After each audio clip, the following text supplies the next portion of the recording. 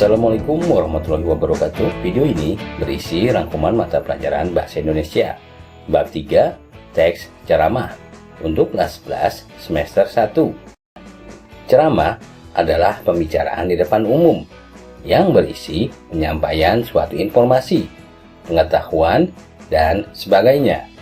Yang menyampaikan adalah orang-orang yang menguasai di bidangnya, dan yang mendengarkan biasanya melibatkan banyak orang. Medianya bisa langsung ataupun melalui sarana komunikasi seperti televisi, radio, dan media lainnya.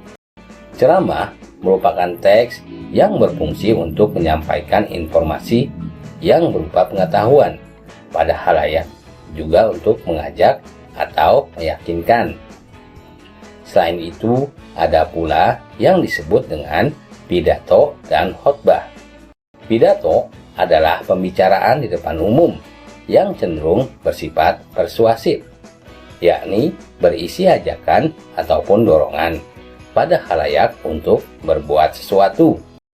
Khotbah adalah pembicaraan di depan umum yang berisi penyampaian pengetahuan keagamaan atau praktek beribadah dan ajakan-ajakan untuk memperkuat keimanan. Ceramah merupakan teks yang berfungsi untuk menyampaikan informasi yang berupa pengetahuan pada khalayak, juga untuk mengajak atau meyakinkan. Teks ceramah memiliki bagian-bagian tertentu yang meliputi bagian pembuka, isi, dan penutup. Pembuka merupakan pengenalan isu, masalah, ataupun pandangan pembicara tentang topik yang akan dibahasnya. Bagian ini sama dengan isi dalam teks eksposisi yang disebut dengan isu.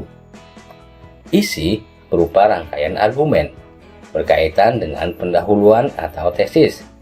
Pada bagian ini dikemukakan pula sejumlah fakta yang memperkuat argumen-argumen pembicara. Penutup berupa penegasan kembali atas pernyataan-pernyataan sebelumnya. Sebagaimana jenis teks lainnya, ceramah pun memiliki karakteristik tersendiri yang cenderung berbeda dengan teks-teks lainnya.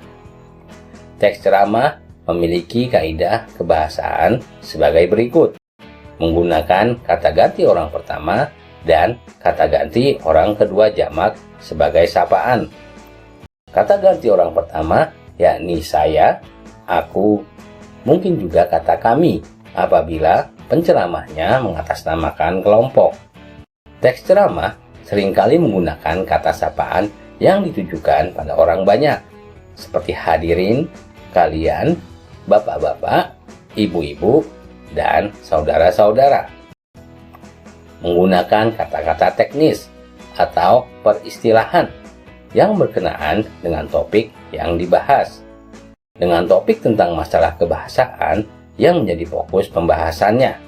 Istilah-istilah yang muncul dalam teks tersebut adalah sarkastis, epimistis, tata krama, kesantunan berbahasa, dan etika berbahasa. Menggunakan kata-kata yang menunjukkan hubungan argumentasi atau sebab akibat. Misalnya, jika, maka, sebab, karena, dengan demikian, akibatnya, oleh karena itu.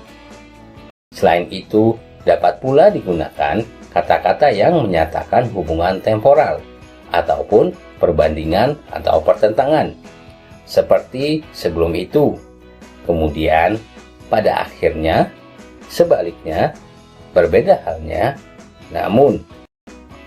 Menggunakan kata-kata kerja mental seperti diharapkan, memprihatinkan, memperkirakan, mengagumkan, menduga, berpendapat, berasumsi, dan menyimpulkan. Menggunakan kata-kata persuasif seperti hendaklah, sebaiknya, diharapkan, perlu, harus. Demikianlah video rangkuman pelajaran Bahasa Indonesia untuk kelas 11. Sampai jumpa di video lainnya.